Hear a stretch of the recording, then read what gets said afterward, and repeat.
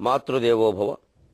చెట్టు మొదట నీళ్లు చిల్కరించిన చాలు, తరువు తరువు నెల్ల తడిపినటులే.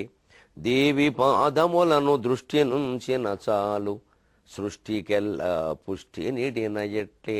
దేవి పాదములను దృష్టి నుంచిన చాలు, సృష్టికెల్లా పుష్టి నిడిన ఎట్లే. ఏబిఎన్ ఆంధ్రజ్యోతి ప్రేక్షక మహాశయులందరికీ నవజీవన వేదం అనే కార్యక్రమంలో 230వ భాగానికి స్వాగతం పలుకుతున్నాం.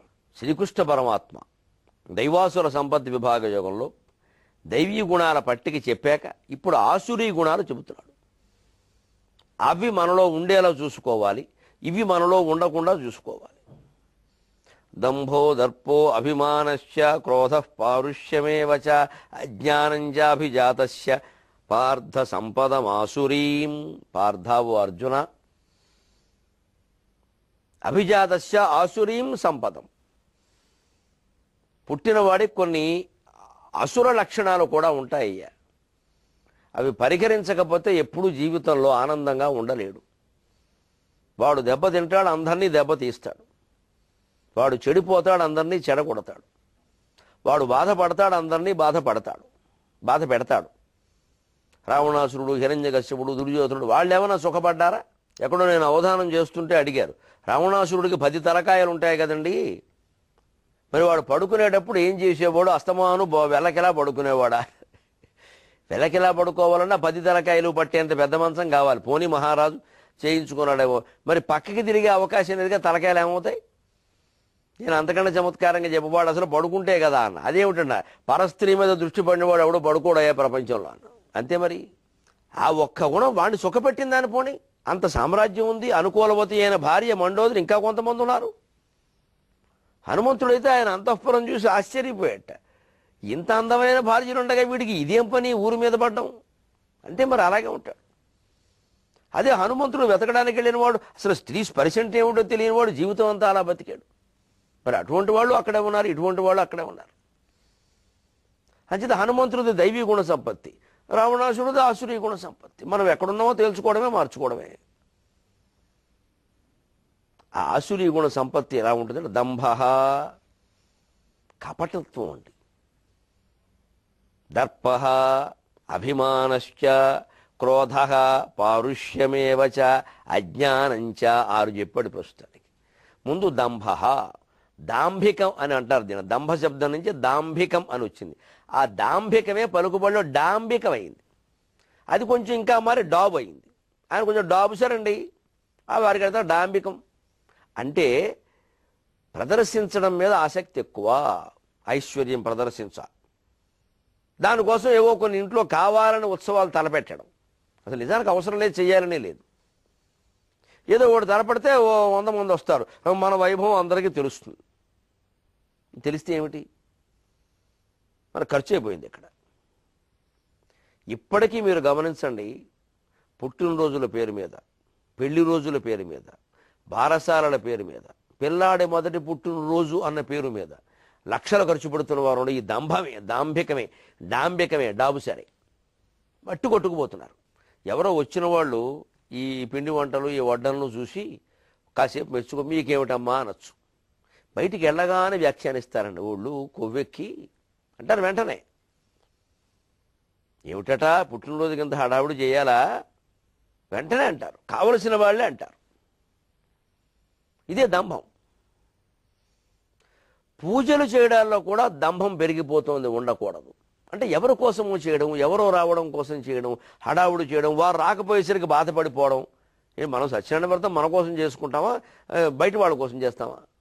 దీనికోసం ముఖ్య అతిథుల పేరు మీద వారిని వీరిని ఇబ్బంది పెట్టడం, వారి కోసమే అన్నట్టుగా చేయడం. వారు అంతకంటే వచ్చి నాకు ఖాళీ లేదండి అని 5 నిమిషాలుండి పారిపోవడం, వారు వెళ్ళిపోగానే అంతా చప్పబడిపోవడం, వారికి మనకి అనుబంధాలు పెరగడం కోసం ఏదో ఒకటి ఇంట్లో తలపెట్టి వారిని పిలవడం, ఇదంతా దంభమే. ఇది ఆసురీ గుణాలు. ఎందుకంటే వీటి వల్ల మన ఆస్తి తరిగిపోవడం కాదు, ఆంతర్యం, చిత్తశుద్ధి అది తరిగిపోతుంది. కపటత్వం వచ్చేసింది మనస్సులో. అసలు ఎవరి కోసం మనం ఎందుకు చేయాలి? మన ఇంట్లో మనకి ఇష్టమైతే చేసుకుంటాం, లేకపోతే లేదు. ఏదో పక్క వాళ్ళని వెళ్ళి పిలుచుకుంటాం, అయిపోయింది. దానికి ఏదో మనకి సమాజంలో ఓ స్థానం ఉంది కదా, అది అందరికీ తెలియాలని చెప్పేసి మా అబ్బాయి పెళ్ళండి మీరు అందరూ వచ్చేయండి అంటే వచ్చేస్తారు కొన్ని వేల మంది. దానివల్ల ఏమవుతుంది, అబ్బా నిజంగా వాళ్ళ అబ్బాయి పెళ్ళికండి వచ్చారండి జనం, ఏమిటి వస్తే ఏమిటి, దాన్ని బట్టి అబ్బాయి కాపురం ఉండదుగా. కానీ డబ్బులు అయిపోతాయి. లేదా వాళ్ళు తక్కువగా వచ్చిన వాళ్ళందరూ తలో బహుమతి పట్టుకొస్తారు, వద్దన్నా సరే ఇచ్చేస్తారు. రేపొద్దున ఏదో ఆశిస్తారా ఆశించరా? ఎవడండి ప్రపంచంలో ఏమీ ఆశించకుండా ఇచ్చేవాడు ఈ రోజుల్లో? అందరూ ఎలా ఉన్నారు అంటే, మా ఇంటికి వచ్చావు నాకేం తెచ్చావు, మీ ఇంటికి వచ్చా నాకేమి ఇచ్చావు, రెండు ఆయనకే. పెళ్లికి వచ్చి బహుమతి ఇచ్చినవాడు ఊరికే ఇస్తారండి? వాళ్ళ ఇంట్లో పెళ్లికి మనం మళ్ళీ వెళ్ళి తీరాలి, అంత బహుమతి ఇవ్వాలి. ఈ లెక్కలు కూడా రాస్తున్నారు పుస్తకాలు పెట్టి. ఇదంతా దంభం కాదా?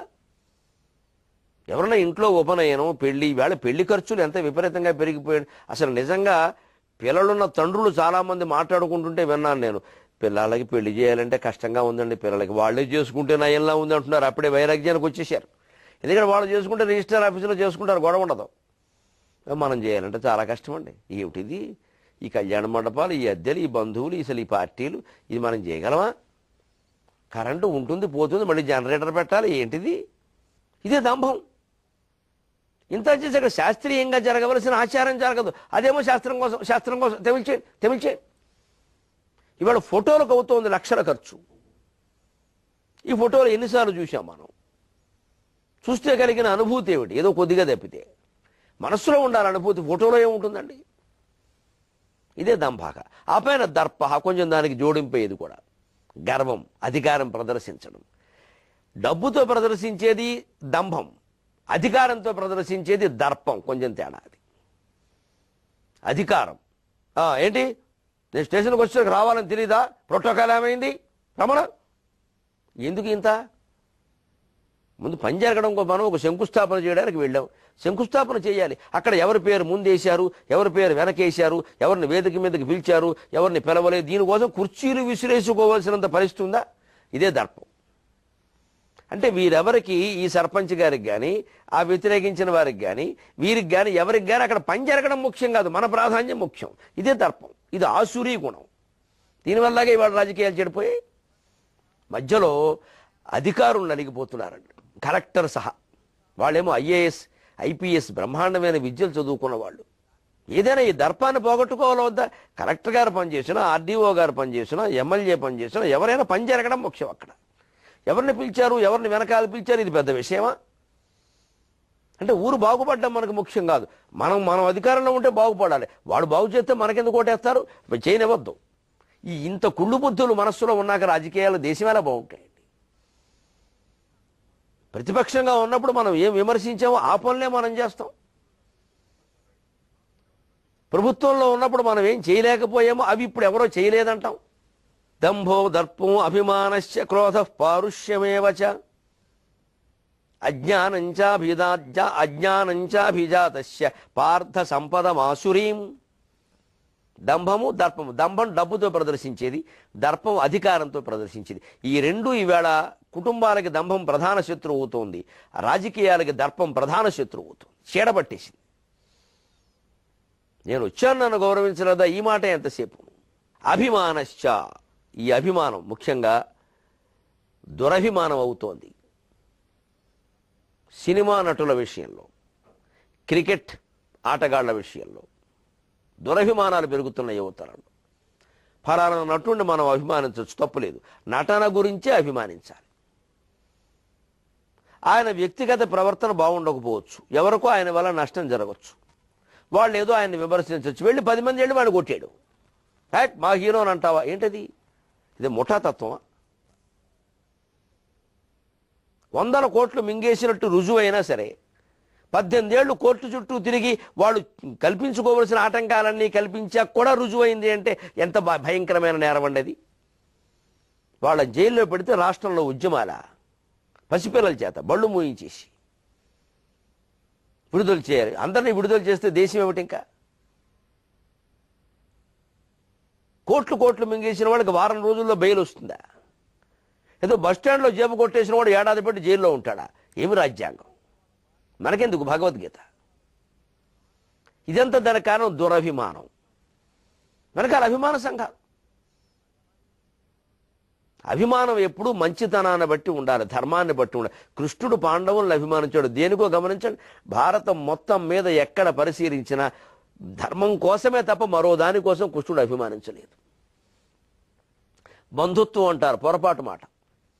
సుభద్రని అర్జునుడికి ఇచ్చాడు, అందుకని ఆ సుభద్ర బలరాముడికి చెల్లెలు కదా, మరి ఆయన ఎందుకు లేడు? ఇంకా ఆ మాటకు వస్తే మనలో చాలా మందికి తెలియని విషయం, కృష్ణుడు కుమారుడైన సాంబుడు దుర్యోధనుడు కూతుర్ని పెళ్లి చేసుకున్నాడు. కృష్ణుడు స్వయంగా దుర్యోధనుడికి వియ్యంకుడు. మరి ఇప్పుడేమంటారు? ఈయన భావమరదైతే ఆయన వియ్యంకుడు, ధర్మపక్షం వహించాడు. అభిమానం అంటే అది. అంతేగాని నేను ఎవరినో ఒక వ్యక్తిని అభిమానిస్తా, ఇవాడు చెడ్డవాడైనా సరే అభిమానిస్తా, అదేమిటది? అంచేది ఈ అభిమానం కూడా దురభిమానం కూడా పనికిరాదు. క్రోధం అసలే పనికిరాదు. అక్రోధక అన్న చోట చాలా చెప్పుకున్నాను దాని గురించి. ఊరికే వస్తువులు పగిలిపోవడం, వస్తువులు పక్కనట్టండి, వస్తువులు మళ్ళీ కొనుక్కుంటాం, ఆరోగ్యం పాడైపోతుంది. కోపం వల్ల మళ్ళీ వస్తుందా? ఒక్కసారి ఆ రక్తపోటు కనుక పెరిగింది అంటే ఇక అది తరగదు, అలా పెరుగుతూ తరుగుతూ జడిపించేస్తుంది మనిషిని. రోజు చూసుకుంటూ కూర్చోవాలి, ఎందుకు వచ్చిన గొడవ. పారుష్యం ఇది 2 రకాలు, ముఖ్యంగా ఉపాధ్యాయులు పెద్దలు దృష్టిలో పెట్టుకోవాలి. వాక్పారుష్యం, దండపారుష్యం. ఒక్కోసారి మాటలు పిల్లలకి చదువు చెప్పేటువంటి విద్యార్థుల్ని అనకూడని మాట్లాడడం వల్ల అవి పెద్ద గొడవలు అయిపోతాయి. అందులో ఈవేళ ప్రతి కులానికి ఓ సంఘం ఉంది, అది ప్రతిదీ గొడవ అయిపోతుంది. అందుకని వాక్పారుష్యం పనికిరాదు. ఇక దండపారుష్యం, కోపం వస్తుంది, ఏదో ఊరికే చెంప మీద అంతే. పూర్వం ఆ శిక్షణ కూడా ఎంత చిత్రంగా ఉండేవంటే, ఎవరైనా వేదం అప్పగించడం మర్చిపోయారనుకోండి, ధారణ దెబ్బతిందనుకోండి, ఈ చెవి మెలిపెట్టేవారండి. మా ప్రాథమిక పాఠశాలలో ఉపాధ్యాయులు పాఠం కిందటి పాఠం ఖచ్చితంగా అప్పగించి తీరాలి. మొత్తం పుస్తకం అంతా నోటుకొచ్చేది మాకు. కిందటి పాఠం అప్పగించకపోతే ఏం చేశావు అని ఇలా పట్టుకునేవాడు, మంటెత్తిపోయేది నిజంగా. కానీ చిత్రం ఏమిటంటే, ఆ మంటెత్తుడు చెప్తాను సార్, చెప్తాను, మీరు వదిలేయండి సార్, చెప్తాను. భీముడు చాలా బలవంతుడు, భీముడు కుంతి కుమారుడు గుర్తొచ్చేది ఎక్కడి నుంచో. ఎందుకో తెలుసునా? ఈ చెవి తమ్మె చివర జ్ఞాపక శక్తికి సంబంధించిన నాడి కొస ఉంటుంది, అది భారతీయ శిక్షా స్మృతి. చెవి తమ్మె చివర జ్ఞాపక శక్తికి సంబంధించిన నాడి కొస ఉంటుంది. అంటే మాస్టర్ మమ్మల్ని కొట్లా, ఇక్కడ నొక్కాడు దాన్ని. ఆక్యుపంక్చర్ వైద్యంలో ఏ శక్తి కేంద్రాన్ని పని చేయించాలంటే దాని దగ్గర కొంచెం సూదెట్టు గుచ్చుతారు, అలాగే అది శిక్ష. తరగతులు ఎవడైనా నిద్రపోతూ ఉంటే, బద్ధకంగా ఉంటే, నిద్రకళతో ఉంటే ఏమిట్రా అని బట్టి అని పెట్టాడు. అదే ధర్మవరపు సుబ్రహ్మణ్యం మహానుభావుడు స్వర్గలోకంలో ఉంటాడు. ఏదో వేద పండితుడు వేషం వేసి తొడపాసం పెట్టాలి, తొడ అనుకూలంగా పెట్టు, అనుకూలంగా పెట్టడం ఒకటి. అంటే ఈయనకి వెళ్ళడానికి అనుకూలంగా లేదు, అది అనుకూలంగా వాడే పెట్టాలట. తొడపాసంలో ఉద్దేశం ఏమిటంటే, ఈ చురుకుదనానికి సంబంధించిన నరం కోసం తొడలో ఉంటుంది. దాన్ని పట్టుకుని పిండితే చురుకవుతాడు, దీన్ని పట్టుకుని పిండితే మర్చిపోయేది జ్ఞాపకం వస్తుంది. ఇది ఉంది ప్రతి వ్యక్తి విషయంలో, ప్రతిసారి జరుగుతుందని చెప్పలే కానీ జరుగుతుంది. పూర్వకాలం ఈ దండపారుష్యం ఇంత ఔచిత్యంతో ఉండేది, ఔచిత్యం. అంతేగాని చిత కొట్టేయడం కాదు. తర్వాత ఇప్పటికీ ఎన్ని పసిపిల్లలను కొట్టేస్తుంటే, వాతలు అవుతుంటే బోళ్ళు గొడవలు అయిపోతున్నాయి. ఎవరో ఒకరిద్దరు చేస్తారు. ఈవేళ ఉపాధ్యాయుల్లో కొట్టే ధైర్యం ఉన్నవాళ్ళు ఎవరండి? ఎవరికి లేదు పాపం, ఎప్పుడో మానేశారు. ఇదివరకు ఉపాధ్యాయులు జాతిని తీర్చిదిద్దేవారు, ఇప్పుడు దిద్దడమే, తీర్చడం లేదు. దిద్దడం అంటే పేపర్లో. ఇప్పుడు ఇదివరకు మా ఉపాధ్యాయులు తీర్చిదిద్దేవారు, ఇప్పుడు తీర్చడం లేదు, దిద్దడమే. దిద్దై రుద్దై గుద్దై అది అయిపోయి 4 మార్కులు వేసి వాళ్ళు ఎందుకు వచ్చినారో వాళ్ళు వదిలేశారు. చూడండి, తల్లిదండ్రులు వదిలేసి, ఉపాధ్యాయులు వదిలేసి, ప్రభుత్వం రాజకీయాల్లో పడిపోతే ఎవడండి యువతరాన్ని కాపాడేది? ఎవరు పాల్పడిపోతారని వీళ్ళంతా. పైగా దేశ జనాభాలో 60% వీళ్ళే అంటున్నారే. మరి వాడు చెడిపోతే ఏ పొద్దున దేశం ఏమైపోతుందండి? మనకి మాత్రం మన ముసలితనంలో ముద్దట్టే కొడుకు దుర్మార్గుడైపోతే మనం ఏమైపోతామండి? అలాగైనా ఆలోచించాలి కదా. అందుకోసం కదా ఈ గొంతు చించుకోవడం అంతా. ఇప్పుడు ఇందులోనే యువతరం ప్రధానంగా వ్యామోహానికి లోనయ్యే విషయాన్ని చెబుతున్నాం మనం దుర్జడి పద్యం రూపంలో. తమనే ఎత్రద్యుతితామె చూడ సుఖమై తాదాత్మ్యముంజెందగా విమలమ్ముల్ కమలాభముల్ జితల సద్విద్యుల్లతాలాస్యముల్ సుమనోబాణ జయమ్ములంచు చూచున్ జనంబూని సుమనోబాణజయంబులంచునను సూచున్ జనంబూని హారి మృగాక్షీనివకంబు కన్నుగవలన్ శ్రీకాళహస్తీశ్వర. దానికి తోడు విద్యాభ్యాసంలో ఇలా ప్రవేశించగానే ప్రేమలో పడిపోవడం. చక్కగా పల్లెటూళ్ళలో బంగారంలో తయారవుతాడు కుర్రాడు. ర్యాంకు 600కి 550 మార్కులు వస్తాయి. పట్టణాలకు వస్తాడు, కాలేజీలో చేరతాడు, చెడిపోతాడు. ఎందుకని చేరి 3 రోజులు కాగానే ఎవరో ఫిగరో షుగరో, అయితే వాడు ఫిగరో వీడికి షుగరో, అటు ఫిగర్ కనపడదు, వీడికి షుగర్ పెరిగింది. మీకు అక్కడి నుంచి ఆకలి ఉండదు, దాహం ఉండదు, నిన్ను చూస్తుంటే మొదలెడతాడు ఇంక పాటలు. దానికి తోడు సినిమాలు అలాగే ఉన్నాయి. దుర్మార్గులైన దర్శకులు కొంతమంది కేవలం కళాశాల వయస్సులో ఉన్న పిల్లలకి శృంగార భావాలు రెచ్చిపోయేలా సినిమాలు తీసి పోస్టర్లు వేసి ప్రచారం చేస్తున్నారంటే దానికి పరిష్కారం దుర్జులు చెబుతున్నాడు. వారిని మనం ఏమంటాం? అన్నాంగా, ఇంతకంటే ఏమంటాం? సిగ్గుంటే ఎప్పటికైనా మానేయాలి అటువంటి సినిమాలు చేయడం. దానికి ఏమో పరమ పతివ్రతల పేర్లన్నీ పెట్టడం, ఆ పేర్లు చెడిపోయేలాగా. పోస్టర్ చూస్తేనే ఉద్రేకం వచ్చేలా ఉంది ముసలాళ్ళకి, పిల్లలకు కాదు. ఇక సినిమాలు విడుదలైతే ఎలా ఉంటుందండి? ఎవరు బాధ్యత వహిస్తారు ఈ సమాజం గురించి? మొత్తం సమాజమే అనాథ అయిపోయేలా ఉంది. అందుకని విద్యార్థుల పరంగానే చెబుతున్నాడు, అయ్యా ఒక్కసారి నిజమే, ఎవరి కళ్ళలో చూడగానే ఆహా లుక్స్ లుక్స్ ప్రతి లుక్స్ బుక్స్ బుక్స్ ప్రతి బుక్స్ అని పారేసాం. ఆ లుక్స్ బాగున్నాయంటే బుక్స్ బాగుంటాయి. మరి బుక్స్ బాగుండవు.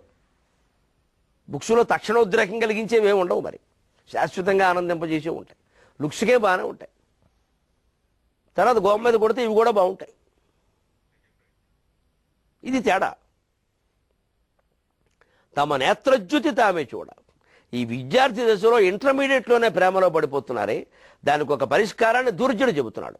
తమ నేత్రజ్యుతి తామె చూడ సుఖమై తాదాత్మ్యముంజందగా విమలమ్ముల్ కమలాభముల్ జితలసద్విద్యుల్లతాలాస్యముల్ సుమనోబాణజయమ్ములనుచున్ చూచున్ జనంబూని హారి మృగాక్షీనివకంబు కన్నుగవలన్ శ్రీకాళహస్తీశ్వర. ఒక్కసారి కళ్ళు మూసుకో ఓ యువక, నీ కళ్ళలోంచి వచ్చే కాంతిని నువ్వే చూడు, ఎంత అందంగా ఉంటావో. ఆ కళ్ళు మూసుకుంటే కనబడే జ్యోతిష్యుని ఎప్పుడైనా చూసావా? ఎవరో అందంగా ఉన్నారు, ఎవరి కళ్ళు బాగున్నాయి. అది మానేసి ఆ తనను తాను చూసుకోవడం, ఆత్మజ్యోతిని కనుక్కునే ప్రయత్నాన్ని మానేసి 25 ఏళ్ళు వచ్చిన ఆడవాళ్ల కళ్ళుట విమలమ్ములు నిర్మలంగా ఉన్నాయి, బాగుంది, కడుక్కుంటే అలాగే ఉంటాయి. ఇంకాస్త కింద పైన ఏమైనా రాసుకుంటే ఇంకా బాగుంటాయి. టీవీల్లో కనపడే వాళ్ళ కళ్ళన్నీ కనిపిస్తాయి విచిత్రంగా. వాళ్ళు ఆ మేకప్ తీసేసాక చూడాలి వాళ్ళ సంగతి. ఇక టేకప్పే. జిత లసద్విద్యుల్లతాలాస్యములు, మెరుపు తీగలాడినట్టుంటే మరి అంతే. మరి అమ్మాయే చూసింది, అరనవ్వే నవ్వింది, మతి తప్పి కుర్రాళ్ళు మంచాన పడ్డారు. చూస్తేనే పడ్డారు. ఇంకా మరి ఇంత చూసి చేసుకున్న వాళ్ళు ఎవరైనా 1-2 ఏళ్ళు దాటేసరికి శాశ్వతంగా మంచంలో పడుతున్నారేమండి? మరి కాపరాలు చేయట్లేదు, విసుగొచ్చేస్తుంది. అంటే మన చూపులోనే దోషం ఉందన్నమాట. అదే దుర్జుడు చెబుతున్నాడు. నువ్వు ఊరికే ఊహించుకుంటున్నావు, కమలాల్లా ఉన్నాయి, అలా ఉన్నాయి, ఇలా ఉన్నాయి, ఆ చూపులు ఏదో అనుకుంటున్నావు. ఆ తూపులు ఏమీ లేవు, ఇంతకంటే గొప్పవి చాలా ఉన్నాయి. జితలసద్విద్యుల్లతాలాస్యములు సుమనోబాణజయమ్ములను మన్మథ బాణాల బారికది. అంటే మన్మథ బాణాలు ఎక్కడి నుంచి వచ్చాయి? అది మన్మధుడనే మనిషి ఎవ్వడూ లేడు, దేవతల్లో కూడా లేడు. పచ్చి అబద్ధం. మనస్సులో మధించేటువంటి కోరిక కామవాంఛకే మన్మధుడు అని పేరు పెట్టారు. అంతేగాని మన్మధుడు మనకు తెలిసిన మన్మధుడు చంద్రమోహన్ గారు. సినిమాలో ఆయనే ఆ వేషం వేసేవాడు. ఇంకెవడు మన్మధుడు ప్రత్యేకంగా లేడు. మన మనస్సును మధించే కోరిక అది మనం ఉండనివ్వదు. ఇవన్నీ మనం ఊహించుకుంటున్నాం, పెంచుకుంటున్నాం. అంతకుమించి అక్కడ వాస్తవం ఏం లేదు. చూచి జనంబుని హారి మృగాక్షీనివకంబు కన్నుగవలను. ఆడవాళ్ల కళ్ళని ఊరికి అలా చూసి మాయలో పడి ఏదో ఊహించుకుని ఇక అక్కడి నుంచి మెసేజ్లు పంపించి వాళ్ళు ఎక్కడికి రమ్మంటే అక్కడికి వెళ్ళి, వీరు రమ్మంటే వారు వచ్చి అక్కడి నుంచి సెల్ ఫోన్లు ఇచ్చి బట్టలు కొనిచ్చి మళ్ళీ వాళ్ళు ఏదైనా తేడా చేయగానే వీరిని వారు చంపేసి, లేదా వారిని వీరు చంపేసి, లేదా వీరే చంపేసుకుని వేట గొడవళ్ళు పెట్టి నరికేసుకుని పురుగు మందు దాగి చచ్చిపోయి, ఇంత గొడవంతా ఈ వ్యామోహమే కదండి. అది అంత గొప్ప విషయమా? భగవద్ రామానుజులు మహానుభావుడు. భగవద్ రామానుజులు ధనుర్దాసు అనేటువంటి వ్యక్తి తన భార్య సౌందర్య వ్యామోహంలో పడ్డాడు. ఇంకా ఆయన పరాయవాడు కాదు పాపం, ధనుర్దాసు మంచివాడు, భార్య వ్యామోహంలో ఉన్నాడు. ఉండేది ఏదో తప్పు లేదు, కానీ అది కూడా అతి పనికిరాదు కదా. ఆ భార్య వీధిలోకి వస్తూ ఉంటే ఆవిడ కళ్ళు ఎండ తగిలితే పాడవుతాయని గొడుగు పెట్టాడు. ఎవరో చూశాడు ఆయన, ఏమిటి ఇలా భార్యకి గొడుగు పడుతున్నాడు ఎలాగా, ఎండ కూడా లేదు నిజానికి, ఏదో ఊరికే నీరండి ఆ మాత్రానికే. భార్య పట్ల ప్రేమ ఉండొచ్చు, వ్యామోహం పనికిరాదు. భర్త పట్లేనంత ప్రేమే, వ్యామోహం అక్కర్లేదు. భార్యాభర్తల అనుబంధం ప్రేమకు సంబంధించింది, వ్యామోహాలు భయాలు గురించింది కాదు అది. అందుకని ఆయన చూసి వెంటనే ఏమయ్యా విచిత్రంగా ఉన్నావు అన్నట్ట. ఆవిడ కళ్ళు చూడండి ఎంత అందంగా ఉన్నాయో, మీరు సన్యాసులు మీకేం తెలుస్తుందండి, ఆ కళ్ళకి ఎండ తగిలితే ఏమైపోతుందండి అన్నట్టు. అయితే ఇంతకంటే అందమైన కళ్ళని నేను చూపిస్తాను, నాతో వస్తావా అన్నట్టు. మీతో రావడం ఏంటండి, ఈవిడ దక్షిణం వదిలేసి ఆ కళ్ళనే పట్టుకుంటా. అప్పుడు ఈవిడికి అర్థమైంది ఈయన మనతో ఉండే రకం కాదని. కళ్ళ కోసం ఉంటున్నాడు అనమాట. అమ్మాయిలు నమ్మకూడదు ఇలాగే.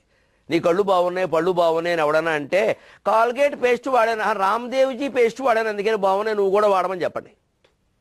అందుకే నా పళ్ళు బాగున్నాయట, ఈ లక్ష్మి వెరీ మచ్ అని మూతి తిప్పకూడదు. ఇక్కడ పడిపోతున్నాం వాళ్ళం. వంకర పని చేదలుచుకోండి, ఇలాగే బాగున్నాయి అంటాడు. ఆ వ్యామోహంలో పడకూడదు. ఆ అమ్మాయికి అర్థమైంది, అయ్యి బాబు ఇంకో వేరే కళ్ళు చూపిస్తాను కానీ వెళ్ళిపోతున్నాడంటే ఈయన ఇంతో కాపరం నా పరిస్థితి ఉంటే నా అమ్మాయికి అర్థమైపోయింది.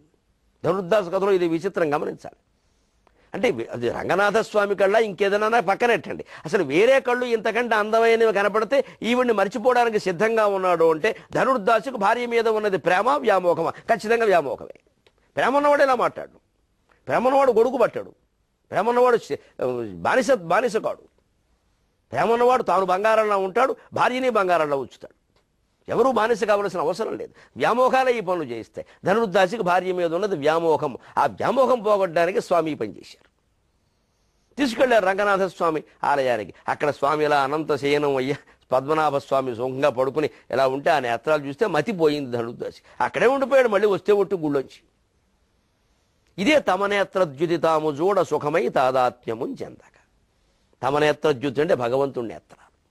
అందుకే మనకి ఎప్పుడైనానండి మనస్సులో ఈ శృంగార వాంఛలో ప్రేమ వాంఛలో ఏదైనా యువతరాన్ని పట్టి పీడిస్తూ ఉంటే ఆడపిల్లలు రామచంద్రమూర్తిని చూడండి అమ్మా, రామచంద్రమూర్తిని చూడండి, కృష్ణుడు చూడద్దు, రామచంద్రమూర్తిని చూడండి.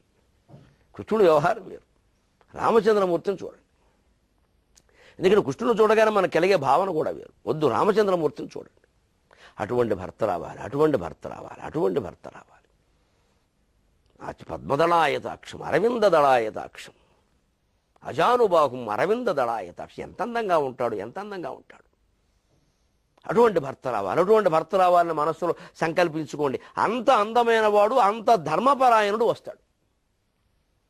అలాగే మగపిల్లలకి నేను ఒక తండ్రిగా చెబుతున్నా, నిజంగానే కామవాంఛలో శృంగార వాంఛలో ప్రేమ ఉండి తట్టుకోలేని పరిస్థితి వస్తే ఏ మొహమాట పడకుండా లలితాదేవి ఎదురుగా కూర్చోండి. అమ్మవారు సహిస్తుంది. మనం బిడ్డల్లాంటి వాళ్ళకి ఆవిడకి. నీకంటే అందమైన వాళ్ళు ఎవరు, నీకంటే అందమైందా అని ఆవిడని అడగండి. నాకు ఒక అమ్మాయి కనిపించింది, నిజమే అమ్మాయి మీదకి దృష్టి వెళ్ళింది. అమ్మా నీకంటే ఆవిడ అందమైందా? ఇంత అందం అసలు ఎవరికైనా ఉంటుందా? తత్ర గ్రైవే చింతాకలోల ముక్త ఫలాన్విత చంపకాశోక పున్నాగ సౌగంధిక రసత్కచ నగదీతి సంచన్న నమజ్జనమన్నం తమో గుణ వరాళి మంద గమన మహాలావణ్య సేవతికి అరుణారుణ కౌసుంభ వస్త్ర భాస్వత్ కటీతటి. ఎంత అందమైన మాటలు. తాటంక యుగళీభూత తపనోడుపమండల తారాకాంతి తిరస్కార నాసాభరణ భాసుర. ఒక్కొక్క కవయం ఎంత ఎంత సంమోహన శక్తి గురి చేస్తుందండి అమ్మవారు. అంటే ఆ ప్రేమభావాన్ని ఆవిడ ఏందే ప్రకటించండి, ఏం పర్వాలా. కాశీఖండంలో శివుడు స్పష్టంగా చెబుతాడు, దైవభావం సంబంధించినటువంటి భావ వికారములు విలాసములు. దైవారాధనలో భాగంగా ప్రకటించేటువంటి వికారం కూడా ఒక విశేషం అవుతుంది. అంచేతన ఆడపిల్లలకే ఎవరి పట్లైనా ఈ భావన కలిగి చదువు మించి దృష్టి మళ్ళీపోతే రామచంద్రమూర్తి చిత్రం ఎదురుగా పెట్టుకోండి. సీతారాముడు ఆయన ఒక్కడు ఉండడు, మీకు దొరకడు, ఆయన సీతతోనే దొరుకుతాడు. అలాగే మగపిల్లలకు కనిపిస్తే లలితాదేవి చిత్రం ఎదురుగా పెట్టుకోండి. తక్షణం ఇవన్నీ వారి యందు లయమైపోతాయి. హాయిగా మన చదువులు మనం చదువుకుంటాం. పెళ్లి చేసుకున్నాక ఎలాగూ మన భార్య లలితాదేవే, మనం సదాశివుడే, ఆవిడ సీతాదేవే, మనం శ్రీరాముడే, ఆవిడ రుక్మిణే, మనం కృష్ణుడే. తేడా ఏముంది? అప్పుడు చూపిద్దాం ఈ ప్రేమ ఏమిటో. ఎప్పటికైనా ధనుర్దాసులాగా రంగనాథ స్వామిని చూడవలసిందే కదా అందరం. సెలవు.